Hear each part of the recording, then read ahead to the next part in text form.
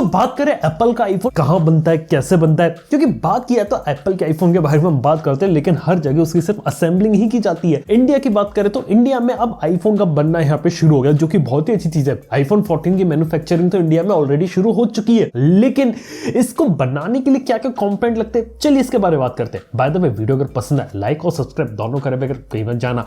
सबसे पहले बात करने वाला यहाँ पर आपसे कि आईफोन के अंदर जो कंपोनेंट आते हैं वो आते कहां से। देखो, एप्पल सारी R&D जो रहता है अपने यूएस वाले सेंटर में करता है, और यूएस में क्यूपरचिनो के अंदर जो एप्पल है वो अपने आईफोन को डिजाइन करता है और पता लगाता है कि कैसे उसका फाइनल प्रोडक्ट यहाँ पे लगेगा।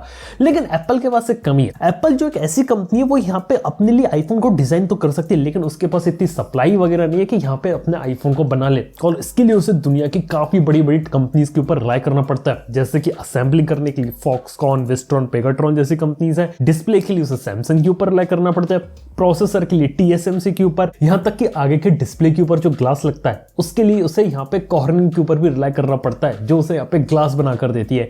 और ऐसी दुनिया के कई सारे देशों से उसे कंपोनेंट और सप्लाईज चाहिए होते हैं, तब जाके आईफोन का यहाँ पे मैन्युफैक्चरिंग की जाती है।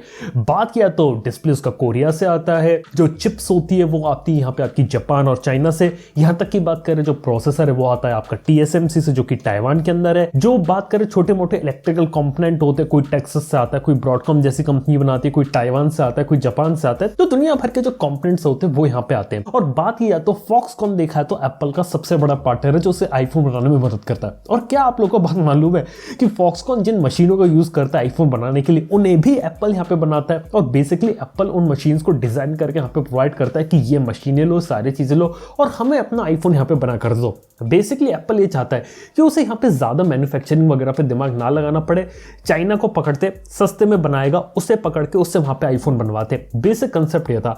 लेकिन पिछले कुछ सालों से चाइना के साथ अमेरिका के रिलेशन इतने खास रहे ही नहीं, सप्लाई चेन पूरी हिल गई और एप्पल को काफी दिक्कतों का सामना यहाँ पे करना पड़ा। और उसके बाद एप्पल खोला कि यार एक कंपनी को हम रिलाय नहीं कर सकते, क्योंकि बात किया तो एप्पल और फॉक्सकॉन का जो सबसे बड़ा प्लांट है जहाँ पे आईफोन एग्जैक्टली में बनते हैं, वहां पे 3 लाख लोग काम करते हैं, और उस प्लांट की जो कैपेसिटी वो एक दिन की 5 लाख आईफोन बनाने की। सोच रहे हो कि 5 लाख आईफोन एक दिन में वो लोग बना सकते हैं। आज भी देखा जाए तो जो मेजॉरिटी प्रोडक्शन है वो चाइना के अंदर हो रहा है, लेकिन इसके साथ ही 2 ऐसी जगह जहां पे एप्पल ने डिसाइड कर लिया कि यहाँ पे चाइना को छोड़ के हम दूसरी 2 कंट्रीज पे जा सकते हैं। चाइना के बाद नंबर आता है वियतनाम और इंडिया का। वियतनाम को देखा है तो काफी ऐसा देश माना जाता है जहां पे जो काफी सारी कंट्रीज जैसे ताइवान, जापान हो गया, इवन खुद चाइना हो गया, वहां से काफी ज्यादा नजदीक है, और काफी सारे प्रोडक्ट जो रहते हैं इलेक्ट्रॉनिक आइटम, उसके लिए वियतनाम में बहुत प्रोडक्शन होता है। जैसे कुछ बात करें, ऑलरेडी मैकबुक, आईपैड के अंदर यहाँ पे चीज चालू हो गई, एप्पल के एयरपॉड्स जो रहते हैं वो यहाँ पे बनना शुरू हो चुके हैं वियतनाम में, यानी कि एप्पल के जो बाकी सारे प्रोडक्ट्स रहते हैं उसके लिए वियतनाम में काफी अच्छी लोकेशन है।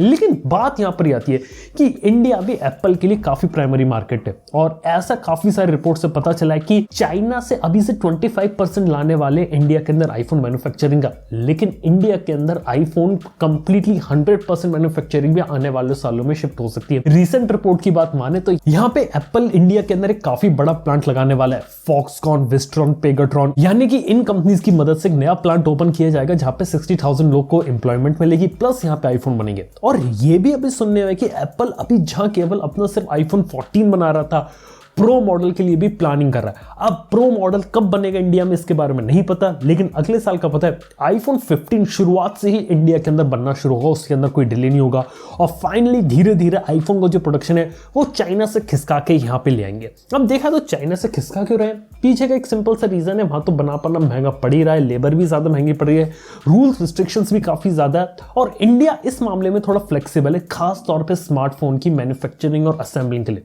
पता है कैसे, इंडिया में जो PLI स्कीम और जो मेक इन इंडिया प्रोग्राम था ना, उसके अंदर ये हुआ था कि इंडिया सारे कंपोनेंट्स यहाँ पर है, असेंबलिंग हो इंडिया के अंदर, ज्यादातर जो कंपोनेंट होते हैं वो इंडिया से सोर्स हो, इसीलिए दुनिया की हर एक कंपनी ने यहाँ पे इस चीज का फायदा उठाया। यहाँ तक की बात की है, इंडिया में जो 90% फोन्स बिकते हैं, आप एंड्रॉइड ले ले, यहाँ पे उसकी जो असेंबलिंग होती है वो इंडिया के अंदर ही होती है ना, काफी कमाल की बात।